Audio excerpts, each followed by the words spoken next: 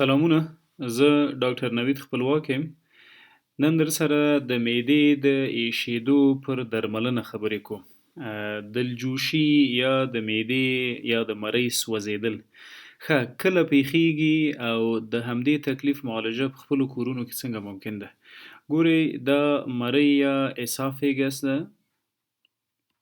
مرۍ هغه عضلاتي ټیوب یا پایپ ده چې په خپلو مارپیچو حرکاتو یا پریسټالسیس خوړل شوې مړۍ یا بولس را انتقالوي معدې ته. ښه کله چې خواړه معدې ته رارسیږي، دې ساحه کې یو شیردان موجود ده چې دې ته موږ ګسټرو اسافیګل سفنکټر وایو. دغه سفنکټر یا دغه شیردان یا د معدې او د مرۍ ترمنځ دا والو د عصبي سیستم لخوا کنټرول کیږي. یوازې هغه وخت وازیږي چې د مرۍ کې را روانه ګوله یا مړۍ تیریږي او معدې ته اجازه پیدا کوي. ښه کله چې د مرۍ او د معدې ترمنځ دا جنکشن یا دا شیردان واس پاتې شو، نو د ګسټرو اسافیګل ریفلکس ډیزیز په نامه تکلیف جوړي. ګرد یا ګسټرو اسافیګل ریفلکس ډیزیز. ګسټرو اسافیګل ریفلکس ډیزیز څه معنا لري؟ کله چې د معدې محتویات یعنی هغه خواړه جمع تیزاب له معدې پورته مرۍ ته را پورته شي، د تیزابو موجودیت په مرۍ کې د سوځنده حالت سبب ګرځي او همدغه حالت ته موږ ګسټرو اسافیګل ریفلکس وایو. د مختلفو وجوهاتو او عواملو د وجې د مرۍ او د معدې ترمنځ دا شیردان وازیږي. زموږ په ټولنه کې تر ټولو زیات یا شایع علتونه یا ایټیالوژي هغه رواني ستونزې دي: قهر، غوسه، تشویش، اضطراب، اندېښنې، لیونتوب. د دې ټولو ترڅنګ بل څه چې ډیر زیات دی زموږ په ټولنه کې د دخانیاتو د نسوارو نه د سګرټو نه استفاده کول، دا د دلجوشۍ او د جګرسوزۍ یا د معدې د ایشېدو سبب ګرځي. خواړه فاسټینګ فوډ، سره کړي خواړه، دا شیان ستر علتونه دي چې ګرد یا ګسټرو اسافیګل ریفلکس ډیزیز منځته راولي. ښه اوبیسټي یا چاغوالی هم د دې تکلیف د منځته راتګ یو خطر ده. د چاغوالي ترڅنګ سموکینګ یا د دخانیاتو، د تنباکو، د نسوارو، د سګرټو څکونه. د سموکینګ ترڅنګ د ډیرو خوړو خوړل، لارج میل، په یو وار ډیر خواړه خوړل، معده ډکول، دا چانس لري چې مواد پورته ریفلکس کړي د تیزابو په شمول. همدا رقم وخوره وڅکه او سمله عادتونه د دلجوشۍ سبب ګرځي یا سیډنټري لایف سټایل.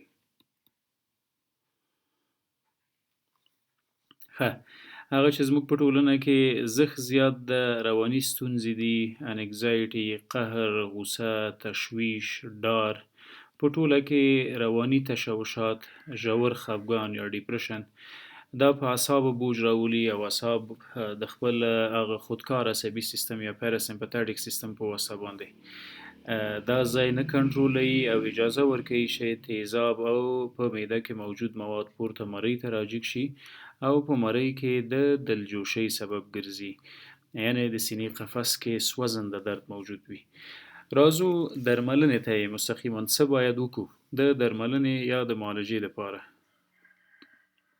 ښه درملیزې لارې چارې په دوو برخو ویشو: د دواګانو نه استفاده او د کورنیو ټوټکو په واسطه او د ځینو عادتونو د بدلون په واسطه معالجې ممکنې دي. اول راځو فارماکولوژیکل ټریټمنټ. کوم درمل مثمره دي؟ مخکې له دې چې درملو ته لاړ شو باید یادونه وکړم چې ټول لیدونکي د دې ویډیو نه، د دې لیکچر نه ټول هدف معلومات دي، د عامه پوهاوي لوړاوی ده. تاسو هر درمل د ډاکټر د مجوز نه پرته باید وانخلئ او استفاده یې نه کوئ. د پی پی آی کورنۍ پی پی آی یا پروټون پمپ انهبیټرز چې په پروټون پمپ انهبیټرز کې موږ سره ډېرې مشهورې دواګانې دي لکه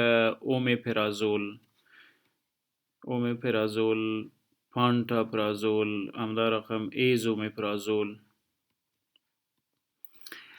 نن سبا یې نوی ورژن یا نوی جنټیک ورژن د دوه جوړ شوی دی د ډیکسلانساپرازول په نامه. دا ټول د 1 ساعت یا 1.5 ساعت مخکې له خوړو نه باید استفاده شي.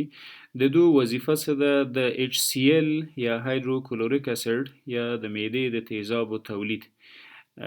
په ټوله کې د پیرایټل حجراتو نه دغه تیزاب کم تولیدېږي. موږ که د معدې دا ساحه د مایکروسکوپ لاندې وګورو نو داسې شکل لري. حجرات کې ترسیم کو مایکروسکوپیک داسې حجرات لري چې دې ته موږ اپیتیلیل سیلز وایو. په اپیتیلیل سیلز یا په اپیتیلیل حجراتو کې یوه حجره د پیرایټل په نامه یادېږي. نوم د دې حجرې پیرایټل ده. د دغه پیرایټل حجرې وظیفه څه ده؟ دا به تیزاب تولیدوي. اومیپرازول، پانټاپرازول، ډیکسلانساپرازول د دې ټولو وظیفه څه ده؟ راځي او په دې حجره باندې عمل کوي چې له خپلو موجودو پمپونو نه یا هغه دروازې چې له کومې تیزاب معدې ته راځي هغه ټولې بندې کړي. نو انهبیټ کوي د تیزابو تولید. ښه، د دې ترڅنګ نور کوم درمل چې په دې هکله یو څه مثمر ثابت شوي دي. پروکینټکس کومو درملو ته وایي؟ پروکینټکس هغو درملو ته وایي چې د غیر ارادي عضلاتو حرکات زیاتوي. یعنی مرۍ زموږ یو غیر ارادي عضله ده، زموږ په اراده کې نه ده د دې عضلې حرکت. په سمپاتیک او پاراسمپاتیک عصبي سیستمونو باندې دا درمل کار کوي چې په دوی کې ډېر مهم زموږ سره ایټوپراید دي. ایټوپراید، همدا رقم ډامپریډان، میثوکلوپراماید. دا ټول هغه درمل دي چې د غیر ارادي عضلاتو حرکات تنظیموي. ښه، ډامپریډان ډیری وخت 10 ملي ګرام په مارکیټونو کې موجود وي. دوی کوي څه؟ د معدې او د مرۍ ترمنځ مو مخکې ویل چې د شیردان په دې وازېدو باندې تیزاب پورته راجګېږي. د دغه تیزابو راجګېدل په مرۍ کې د جلجوشۍ سبب ګرځي. ډامپریډان کوي څه؟ په مرۍ کې پرسټالسیز یا مارپیچه حرکات تنظیموي. همدا رقم د معدې او کولمو پرسټالټیک حرکات یا هغه حرکات چې د هضم او د دفع لپاره مخصوص شوي دي هغه تنظیموي. که کم وي زیاتوي او که زیات وي کموي. دا د دې دواګانو میکانیزم ده. د دې ترڅنګ څه چې ډېر مهمه دي او زیات کارول کېږي هغه انټي اسیډز یا ضد د تیزابو دي. په انټي اسیډ یا ضد د تیزابو کې موږ لرو څه؟ مګنیزیم هایدروکساید او که المونیم هایدروکساید. دا معمولا په انټي اسیډ شربتونو کې موجود وي. انټي اسیډ یا انټي اسیډز په دوی کې ډیری وخت په لیکویډ فارم یا په مایع ډول ځینې شربتونه موجود دي چې د تیزابو خنثی سازۍ سبب ګرځي. مثلا تیزاب راپورته شوي دي د جلجوشۍ سبب ګرځېدلی. د وخت کې موږ د لنډې مودې د ریلیف یا د معالجې لپاره کولی شو له انټي اسیډ نه استفاده وکړو. تر ټولو ښه انټي اسیډ یا ګټور انټي اسیډ چې تر دې دمه ما تجربه کړی ده د اولمنټ په نامه یادېږي. همدا رقم د ګویسکان په نامه کوم انټي اسیډونه چې دي دا ملټی نیشنل دي، په ټولو هیوادو کې موجود دي. په ټوله کې منټ یا د نعناع او ساره د انټي اسیډ یا د تیزابو ضد خاصیت لري. ښه، دا هغه معالجه وله چې که ورته ووایو ای معالجه یا فارماکولوژیکل ټریټمنټ یا د درملو نه استفاده کول د دلجوشۍ لپاره. د دې ترڅنګ که چیرې دلجوشي لرو یا د معدې له ایشېدا سره مخ یو ځینې نورې لارې چارې هم باید په پام کې ولرو. نان فارماکولوژیکل ټریټمنټ یا د درملو پرته د دلجوشۍ یا د معدې د ایشېده یا د جوش و سوځېدو علاج څنګه کولی شو؟ لومړی تاسو باید د ډیر خوراک نه ډډه وکړئ. Avoid large meal یا په یو وار ډیر خواړه مه خورئ. لږ لږ بار بار وخورئ. لږ لږ بار بار وخورئ. Avoid large meal یا ډیر خواړه باید ونه خوړل شي په یو وار چې معده ډکه شي او بالاخره د میخانیک فشار د وجې محتویات پورته راجګ شي. د دې ترڅنګ کله مو چې ډوډۍ وخوړله حد اقل 2 ساعته الا 2.5 ساعته تاسو باید څه نه ملاسئ یا خوب ونه کوئ، ځکه د معدې محتویات ټول ممکن دي پورته راجګ شي مرۍ ته. د دغه عادتونو د بدلون ترڅنګ بل څه چې په دلجوشۍ کې ډیره ګټه کوي د اوبو استفاده کول دي. واټر یا اوبه. کله چې دلجوشي لرئ بار بار ساعت په ساعت اوبه څښئ.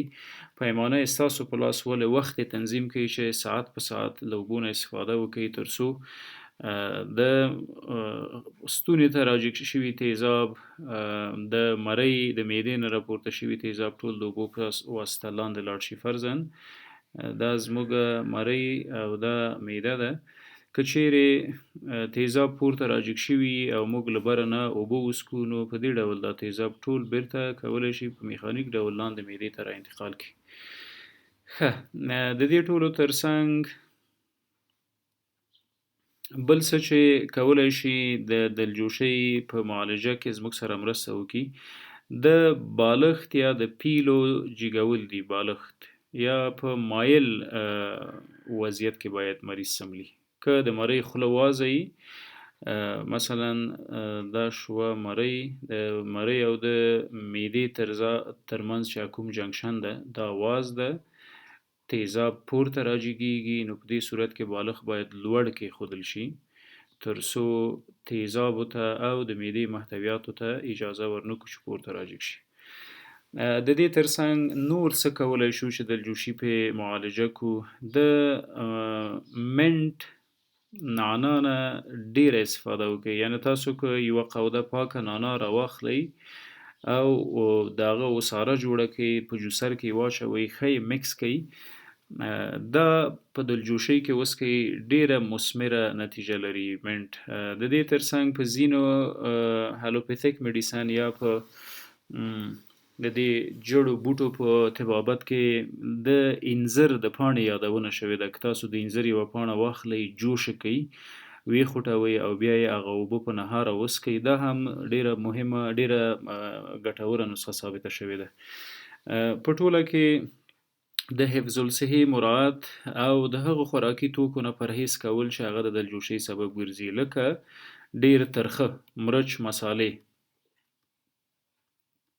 په مرچ مسالو کې بلا قسمه کیمیاوي مواد ګډ دي. تاسو د دو له استفادې نه ډډه وکړئ که چیرې دلجوشي لرئ. همدا رقم فاست فودز یا هغه خواړه چې په غوړیو کې سره شوي دي، سره کړي خواړه، د دې د خوراکه باید ډډه وکړئ. سره کړي خواړه. ښه، په ځینې انسانانو کې دلجوشي د ډیرو خوږو له خوراکه پیدا کیږي، نو له هغو نه هم باید ډډه وشي ترڅو د دې تکلیف نه په امان کې پاتې شو. د دلجوشۍ یا د ګرد ډیر جانبي عوارض موجود دي، ولې که په مکرره توګه تیزاب پورته راجګیږي او مرۍ دې ته اړ شي چې د دې وضعیت په وړاندې د ځان نه بدلون وښیي، نو په مرۍ کې د کولمو د معدې حجرات نمو کوي چې هغې ته انټسټینیل میټاپلیزیا وایي.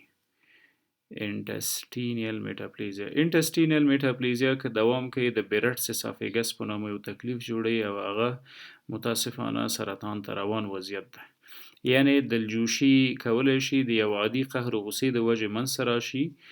ډیر بد عوارض لري، ولې په ځینو حالاتو کې کیدلی شي د مرۍ د سرطان سبب حتی وګرځي چې هغه ته موږ اډینو کارسینوما وایو. اډینو سی ای یا اډینو کارسینوما اف اسافیګس. هیله ده چې دا ویډیو دا لیکچر مثمر ثابت شوی وي. مننه.